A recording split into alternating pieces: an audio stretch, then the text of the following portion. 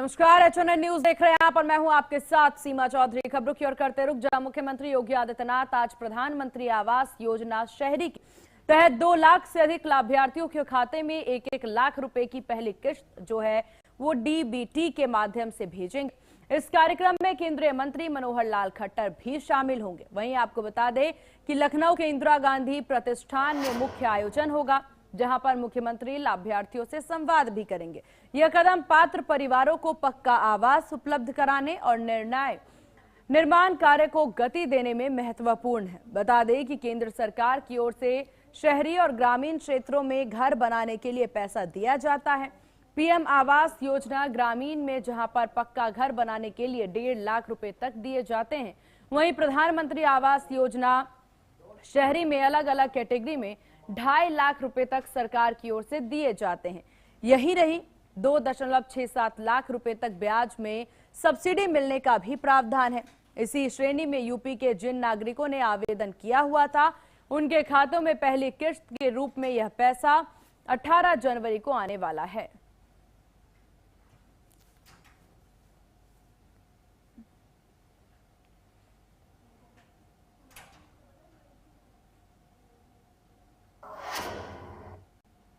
चलिए खबरों में आगे बढ़ते हैं, जहां यूपी के मुख्यमंत्री योगी आदित्यनाथ का उत्तराखंड से जुड़ाव और भी मजबूत हुआ है। उत्तराखंड सरकार में राज्य मंत्री कर्नल रिटायर अजय कोटियाल ने मकर संक्रांति पर गोरखपुर जाकर के योगी आदित्यनाथ को देवदार की विशेष कुर्सी जो है वो भेंट की है। यह कुर्सी केदारनाथ पुनर्निर्माण के दौरान बची पवित्र देवदार लकड़ी से तैयार की गई है। उत्तराखंड के मंदिर वास्तुशिल्प पर आधारित इस कुर्सी को पारंपरिक काष्ठ कारीगरों ने बनाया है। गोरखनाथ मंदिर के मुख्य सभागार में इसे स्थापित की गई है।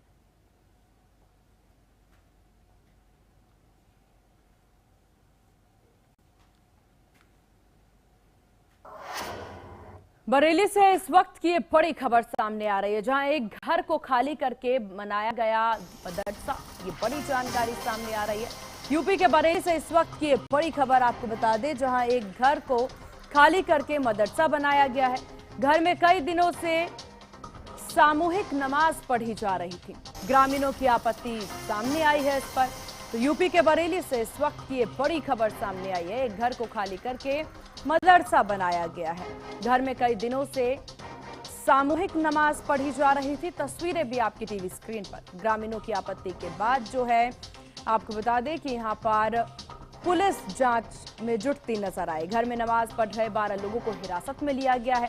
खाली मकान में नमाज पढ़ने का वीडियो वायरल हुआ। उत्तर प्रदेश के बरेली में घर को खाली कराया गया और वहां पर सामूहिक तौर पर नमाज पढ़ने पर बवाल खड़ा हो गया। हिंदू समाज ने एक खाली घर में सामूहिक नमाज पढ़ने पर आपत्ति व्यक्त की। पुलिस से शिकायत की। शिकायत के आधार पर पुलिस ने एक्शन लिया और 12 लोगों को हिरासत में ले लिया।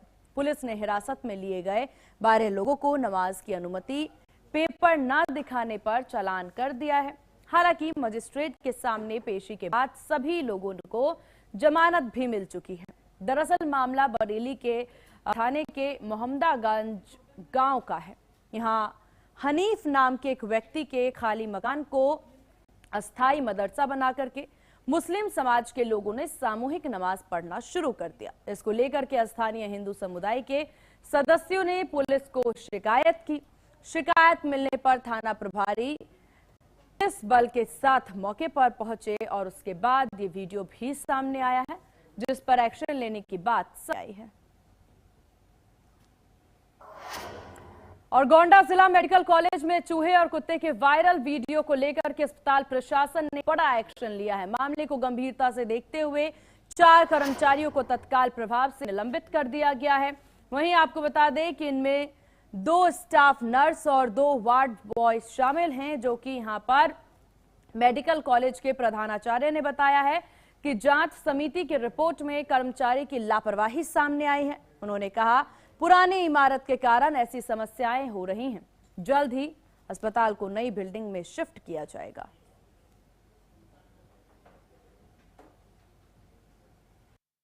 ये जो वीडियो वायरल हुए हैं चूहे का, कुत्ते का, इन सबका हमने तुरंत कॉग्निजेंस ले लिया। इसके संदर्भ में हमने इंक्वायरी कमेटी बना दी उनकी रिपोर्ट हमारे पास लगभग 48 आवर्स आ गई। रिपोर्ट के बाद जो रिपोर्ट की जो उसमें जो फाइंडिंग आ गए, उसके अनुसार हमने 4 लोगों को वहाँ पे सस्पेंड किया है। जो संबंधित वार्ड था, ऑर्थोपेड वार्ड, वहाँ की जो स्टाफ नर्स इंचार्ज है और उस समय जो वहाँ पे 2 स्टाफ नर्सेस मौजूद थे जिनकी ड्यूटी थी, और वार्ड बॉय जिनकी ड्यूटी थी, उनको वहाँ पे हमने सस्पेंड कर दिया है। ये कुत्ते, बिल्ली, जो अन्य जानवर अंदर आ जाते हैं, उसके संदर्भ में हमने कई बार नगर पालिका को हमने पत्र लिखे हैं, उनसे संपर्क किया है पर्सनल तौर पे भी, और हमारे प्रतिनिधि भी वहां जाके उनसे संपर्क करके आए हैं। ये जो वीडियो वायरल हुए हैं चूहे का, कुत्ते का, इन सबका हमने तुरंत कॉग्निजेंस। चलिए खबरों में आगे बढ़ते हैं, जहां यूपी से खबर है इस वक्त की बड़ी जानकारी। नोएडा में पुलिस और बदमाशों में मुठभेड़ हुई है। पुलिस ने 3 आरोपियों को इसमें गिरफ्तार किया है। मुठभेड़ में 2 आरोपियों के पैर में गोली लगी है। लूट की वारदात में शामिल ये सभी आरोपी ग्रेटर नोएडा थाना इकोटेक 3 क्षेत्र में पुलिस और शातिर बदमाशों के बीच में। वहीं आपको बता दें, मुठभेड़ की एक खबर सामने आ रही है। चेकिंग के दौरान पुलिस के रोके जाने पर कार सवार बदमाशों ने फायरिंग करते हुए भागने की कोशिश की, जिसके बाद पुलिस की जवाबी कार्रवाई में 2 बदमाश घायल बताए जा रहे हैं, जबकि उनके एक साथी को कॉम्बिंग के दौरान गिरफ्तार कर पुलिस ने मौके से टैक्सी, 3 अवैध तमंचे, कारतूस, mobile, ATM card, pan card और लूट की गई 65 रुपए नगद बरामद किए हैं।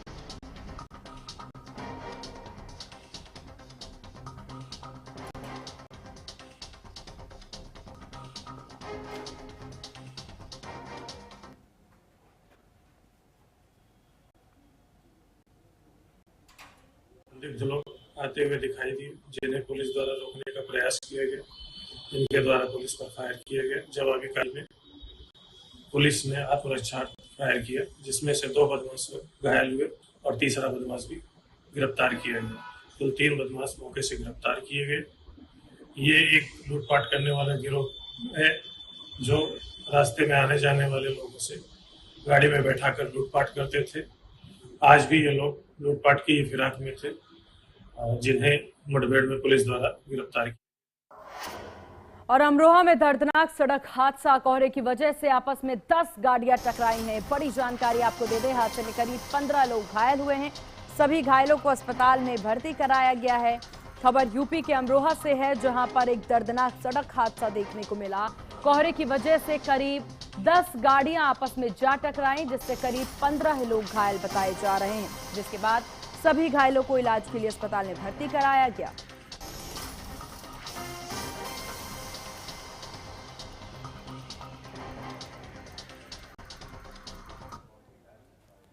तो अमरोहा में दर्दनाक सड़क हादसे की तस्वीरें देखी जा सकती है, जहां आपको बता दें एक साथ 10 गाड़ियां टकराई हैं। कम विजिबिलिटी की वजह से तस्वीरें देखने को मिली। हालांकि इन टक्करों में 15 लोग घायल बताए जा रहे हैं, जिन्हें अस्पताल में भर्ती कराया गया है। तस्वीरें आपके टीवी स्क्रीन पर, जहां पर देखिए किस कदर यहां पर 10 गाड़ियों की आपस में टक्कर हुई है। चलिए यहां रुकते हैं एक बहुत छोटे से ब्रेक के लिए, जल्द होंगे हाजिर।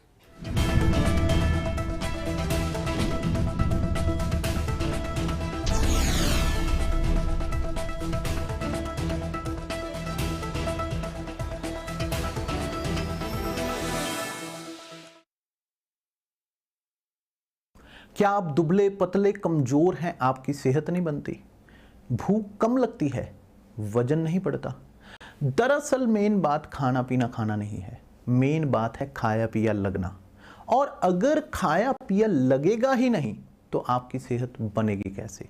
इसलिए हमारी संस्था सन्यासी आयुर्वेदा ने एक ऐसी दवा का निर्माण किया है जो कि आपके लिवर, आपके पाचन तंत्र को दुरुस्त करने का काम करती है, ताकि आप जो भी खाएं उसका पूरे का पूरा निचोड़ आपके शरीर को लगे, आपकी भूख बढ़े, खाया पिया सही से लगे, नया खून बने, हड्डियों में जान आए, वजन बढ़े और आप मोटे तगड़े खूबसूरत पर्सनैलिटी के मालिक बन जाए। सिर्फ 655 रुपए की पूरे 1 महीने की दवा होती है। और आप इसे घर बैठे 011-45454545 पर फ़ोन करके दवा मंगवा सकते हैं। रूप मंत्रा आयुर्वेदिक फेस वॉश, इसमें है क्यूकम्बर के प्योर एक्सट्रैक्ट्स जो नेचुरली चेहरे को मॉइस्चराइज रखे। ये कोई कॉस्मेटिक नहीं, आयुर्वेदिक औषधि है। मुल्तानी घोका कॉफ सिरप, इसके तुलसी जैसे गुणकारी तत्व तुरंत असर दिखाएं और खांसी को कहें गुड बाय। मुल्तानी घोका कॉफ सिरप। जब बात सेहत की हो तब लापरवाही छोड़िए। बीमारी के संकेतों को समय रहते पहचानिए। सही जानकारी, सही इलाज, एक्सपर्ट डॉक्टर की भरोसेमंद सलाह। सेहत शनिवार और रविवार दोपहर 2:30 बजे सिर्फ HNN न्यूज पर। देश का दिल, राजनीति का केंद्र और खबरों का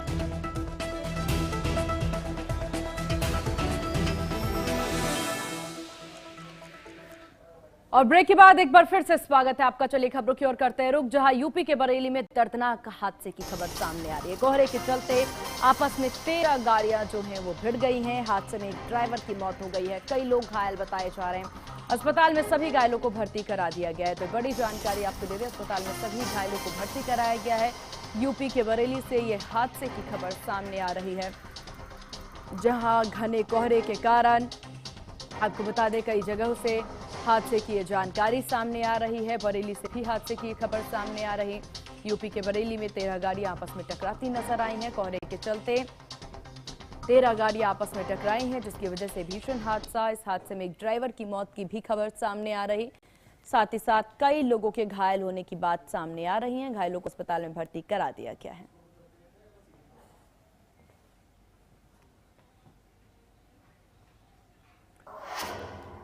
और इधर लखनऊ विधान भवन में राष्ट्रीय सम्मेलन का आयोजन किया गया है। 23 जनवरी तक राष्ट्रीय सम्मेलन का आयोजन किया जाएगा। विधान भवन में 62वां सचिवों का सम्मेलन प्रस्तावित। 19 से 21 जनवरी तक यातायात डायवर्जन भी लागू। ये बड़ी जानकारी आपको दे दें इस वक्त की। 19 से 21 जनवरी तक यातायात डायवर्जन भी लागू किया गया है। लखनऊ विधान भवन में राष्ट्रीय सम्मेलन का आयोजन, इस वक्त की बड़ी खबर। 23 जनवरी तक राष्ट्रीय सम्मेलन का आयोजन। विधान भवन में 62वां ये सम्मेलन। 19 से 21 जनवरी तक यातायात डायवर्जन लागू। तो ये बड़ी जानकारी आपको दे दें। तो इस वक्त की ये बड़ी खबर सामने आ रही। 19 से 21 जनवरी तक यातायात डायवर्जन लागू। लखनऊ विधान भवन में राष्ट्रीय सम्मेलन का आयोजन। 23 जनवरी तक राष्ट्रीय सम्मेलन का आयोजन। विधान भवन में 62वें सम्मेलन का आयोजन। लखनऊ विधान भवन में राष्ट्रीय सम्मेलन का आयोजन। तो बड़ी जानकारी आपको दे दें, विधान भवन में 62वें सचिवों का ये सम्मेलन।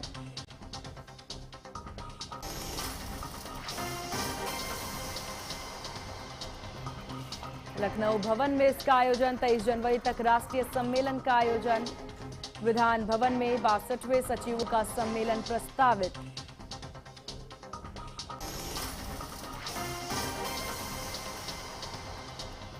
इस विषय पर ज्यादा जानकारी के साथ संवाददाता पुनीत मोहन फोन लाइन पर हमारे साथ बने हुए हैं। पुनीत, क्या कुछ जानकारी इस सम्मेलन को लेकर?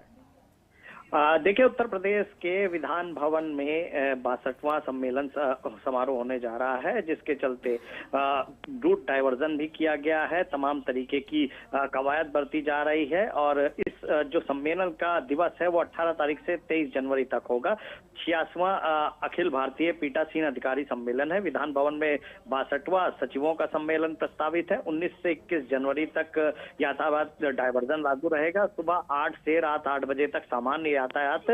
GPO, Vidhan Sabha, royal hotel, no vehicle zone रहेगा। बिल्कुल यहाँ पर जा नहीं सकेंगे। 1090 से कैंट मार्गों से बसों का संचालन होगा।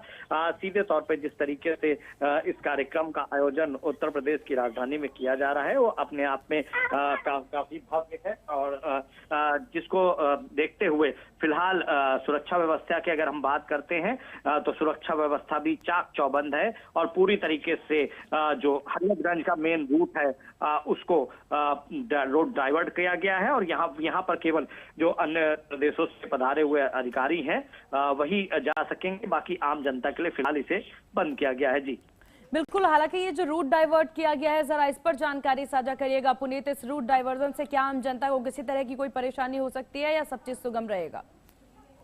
देखिए, सीधे तौर पर हजरतगंज लखनऊ का मुख्य मार्ग है, ऐसे में कहीं ना कहीं रूट डाइवर्जन होने से लोगों को दिक्कतों का सामना करना पड़ेगा, लेकिन जो देश भर के विधानसभा और विधान परिषदों के सभापति इस कार्यक्रम में शामिल हो रहे हैं, जो विधान परिषद के अध्यक्ष हैं, विधानसभा के अध्यक्ष हैं देश भर के, वो शामिल हो रहे हैं। उनकी सुरक्षा व्यवस्था को देखते हुए कहीं ना कहीं जरूरी हो जाता है रूट डाइवर्जन। इस कार्यक्रम का उद्घाटन लोकसभा के अध्यक्ष ओम बिरला करेंगे, विधानसभा अध्यक्ष सतीश महाना, सभापति मानवेंद्र सिंह उपस्थित रहेंगे। मुख्यमंत्री पहले दिन अतिथियों को अपने सरकारी आवास कालिदास मार्ग पर रात्रि भोजन पर भी बुलाएंगे। सम्मेलन का समापन जो उत्तर प्रदेश की राज्यपाल हैं आनंदीबेन पटेल, उनके भाषण से होगा। जी चलिए ठीक है पुनीत, आपका बहुत शुक्रिया तमाम जानकारी साझा करने के लिए।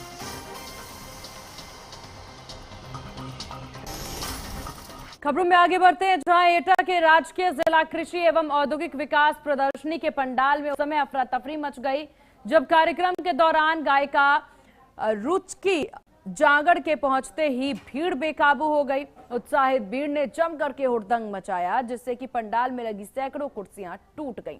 हालात संभालने के लिए पुलिस प्रशासन को कार्यक्रम के दौरान कई बार कड़ी मशक्कत करनी पड़ी। सुरक्षा व्यवस्था के बीच कार्यक्रम को नियंत्रित किया गया।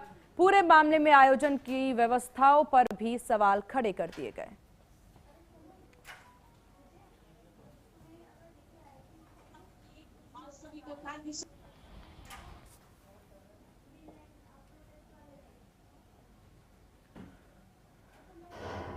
बदायूं के थाना बिलसी क्षेत्र में पुलिसकर्मी द्वारा नाबालिग बच्चे से कथित मारपीट के मामला सामने आया है, जहां आपको बता दें कि आरोप है कि प्रार्थना पत्र की जांच के दौरान एक पुलिसकर्मी ने नाबालिग बच्चे को थप्पड़ मार दिया, जिससे उसकी हालत बिगड़ गई। बच्चे को अस्पताल में भर्ती कराया गया।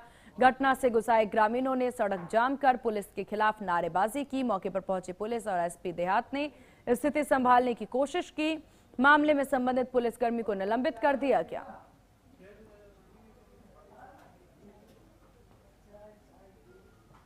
के अंतर्गत ग्राम बास बरौलिया में एक प्रार्थना पत्र की जांच के लिए पुलिस टीम गई हुई थी।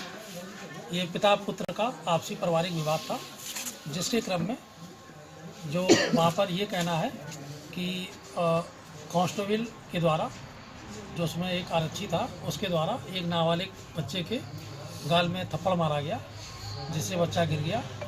इसको लेकर के वहाँ पर आक्रोश उत्पन्न हो गया और लोग इकट्ठा होकर के शोर शराबा करने लगे। इस संदर्भ में प्रार्थना पत्र लिया गया है, साथ ही जो आरक्षी है उसके खिलाफ निलंबन की कार्रवाई। दरअसल तहसील कोतवाली बिलसी के अंतर्गत बांस बरौलिया गांव पड़ता है, वजीरगंज रोड पे। इसमें पारिवारिक झगड़े के विवाद में एक आरक्षी जांच के लिए आया था यहाँ मौके पर। तो ग्रामीणों का आरोप है इनका कि एक छोटा बच्चा था, उस छोटे बच्चे से उस आरक्षी ने अभद्रता की। उसी को लेकर, उसके व्यवहार को लेकर इन लोगों ने जाम लगा रखा है, जिस पर इन लोगों से बातचीत करके इस मामले को निपटाया जाएगा। इसकी जांच कराई जाएगी। आरोप सत्य होने पर आवश्यक। और इन्हीं खबरों के साथ इस बुलेटिन में बस इतना ही। बने रहिए HNN न्यूज के साथ। नमस्कार।